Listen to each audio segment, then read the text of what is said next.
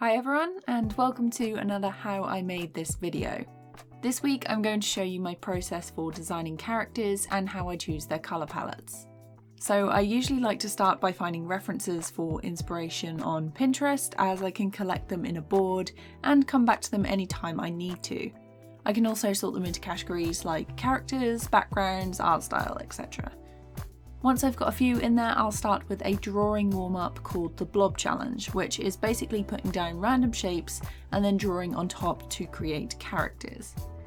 This can be done traditionally or digitally, and if you want to give it a go, I've put a free template onto my Gumroad as well. Be sure to tag me on Instagram or Twitter at KDSketch if you post it online. Now, there are quite a lot of characters in this story time, more than I've ever done before, so to stay focused I completed most of the designs on a live stream. I start off by using a large round brush to create silhouettes.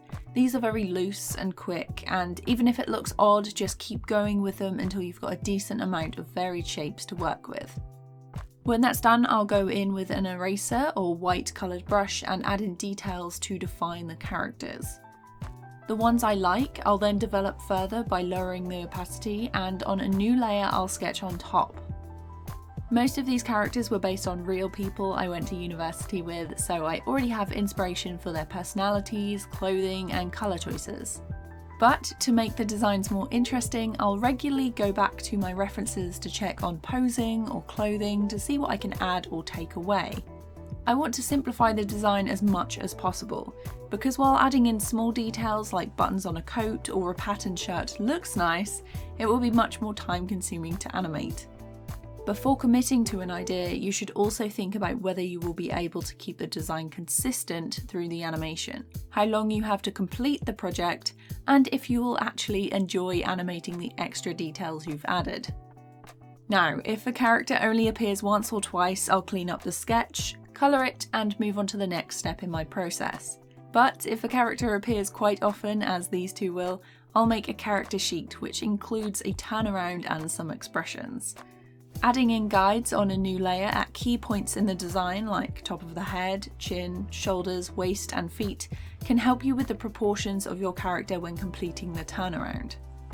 If you're working digitally, a quick way to draw the back of your character is to copy and flip the front-facing pose. Erase the inner lines and use the outline as a guide to draw in the back of the design.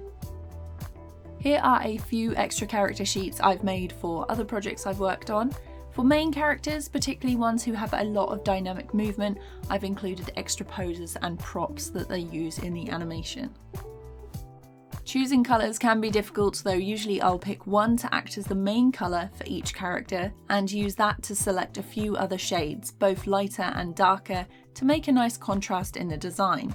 I also like to consider my character's personality and the symbolism of that colour to see whether they match up. For example, I chose red for this character because they are energetic, passionate about their interests and will fight you, while I chose blue for the other character because they are calming, reliable and enjoy watching sad films. If I'm looking to generate a new colour palette for a character or something for my backgrounds and style frames, I'll use the website Colours to pick something out. The colours I choose are influenced by the mood or feeling I want to show in a scene, and any transitions in the colour palette will be ironed out when I create a colour script, which I'll talk about more in a later video.